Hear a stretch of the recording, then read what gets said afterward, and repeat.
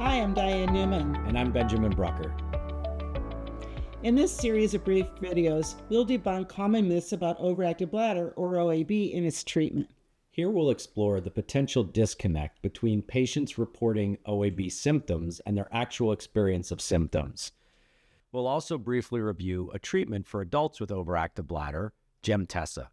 Gemtesa is a beta-3 adrenergic agonist indicated for the treatment of overactive bladder with symptoms of urge urinary incontinence, urgency, and urinary frequency in adults, and for the treatment of overactive bladder with symptoms of urgency urinary incontinence, urgency, and urinary frequency in adult males on pharmacotherapy for benign prostatic hyperplasia, or BPH. Gemtesa is contraindicated in patients with known hypersensitivity vibegron, or any components of Gemtesa. Hypersensitivity reactions, such as angioedema, have occurred. Please see full important safety information at the end of this video.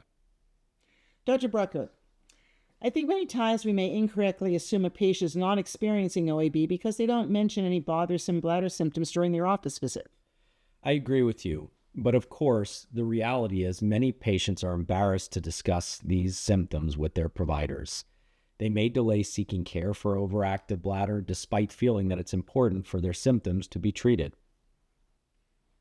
In fact, on average, treatment is not initiated until about 3.5 years from the first presentation of patients' OAB symptoms, leaving OAB often underdiagnosed and undertreated.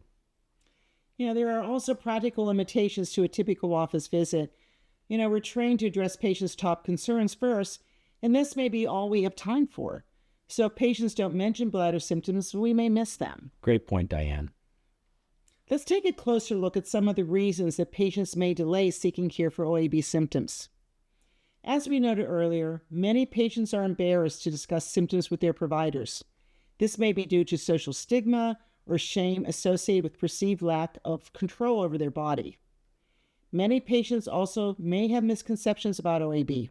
For example, they may feel that their symptoms are not severe enough to warrant consulting a clinician, do not represent a valid medical condition, or an unavoidable consequence of aging or their comorbidities. Another barrier is the need for us to establish a certain level of rapport with patients so they're comfortable enough to reveal symptoms that they may find embarrassing. Diane, how can we make our patients feel comfortable talking about OAB symptoms? Well, I find that having educational materials on OAB readily available in the office or in the exam room can help facilitate the discussion. You can also provide an OAB symptom questionnaire to all patients, which may help them raise the topic. Those are great tools. And how do you approach the discussion of OAB treatment? Well, I like to start by discussing behavioral therapy. And if the patient is interested, we then talk about pharmacological therapy options. There are currently 2 types of pharmacologic treatment approved for OAB: anticholinergics and beta-3 adrenergic agonists. And the AUA guidelines provide recommendations on the use of both therapies with respect to certain patient populations. In my practice, I find that patients are generally more concerned about the possible side effects of treatment, and therefore we often weigh the benefits and risks of different treatment options together. I generally prescribe beta-3 adrenergic agonists to my patients, and there are several reasons why I prescribe Gemtesa in particular. Most of my patients are older and tend to have comorbidities such as hypertension. Gemtesa is the first and only beta-3 adrenergic agonist with no blood pressure warning in its label.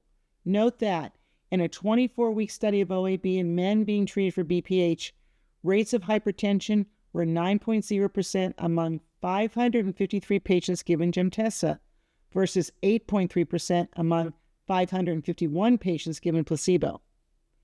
Gemtesa does not interact with CYP2D6 substrates and has a proven safety profile.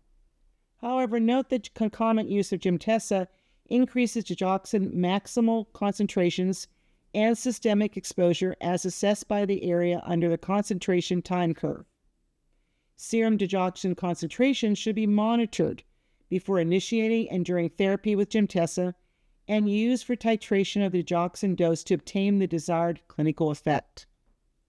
Continue monitoring digoxin concentrations upon discontinuation of Gemtesa and adjust digoxin dose as needed.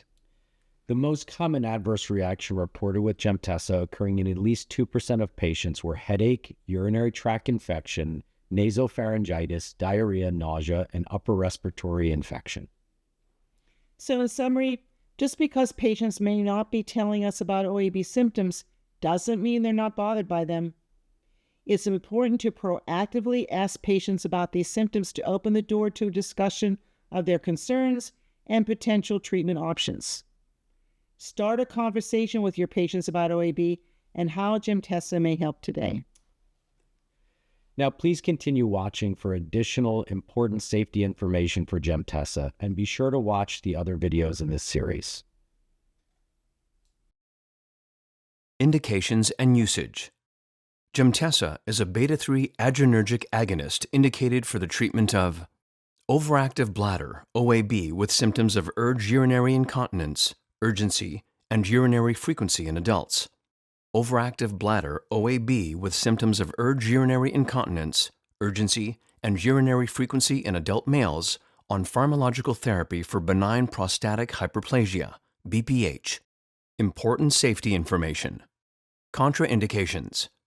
Gemtesa is contraindicated in patients with known hypersensitivity to vibegron or any components of Gemtesa. Hypersensitivity reactions, such as angioedema, have occurred. Warnings and precautions. Urinary retention. Urinary retention has been reported in patients taking Gemtesa. The risk of urinary retention may be increased in patients with bladder outlet obstruction and also in patients taking muscarinic antagonist medications for the treatment of OAB. Monitor patients for signs and symptoms of urinary retention, particularly in patients with bladder outlet obstruction or patients taking muscarinic antagonist medications for the treatment of OAB. Discontinue Gemtesa in patients who develop urinary retention. Angioedema. Angioedema of the face and/or larynx has been reported with Gemtesa. Angioedema has been reported to occur hours after the first dose or after multiple doses. Angioedema associated with upper airway swelling may be life-threatening. If involvement of the tongue, hypopharynx, or larynx occurs, immediately discontinue Gemtesa and provide appropriate therapy and/or measures necessary to ensure a patent airway. Adverse reactions. Most common adverse reactions greater than or equal to 2% reported with Gemtesa were headache, urinary tract infection, nasopharyngitis, diarrhea, nausea, and upper respiratory tract infection. Please see accompanying full prescribing information.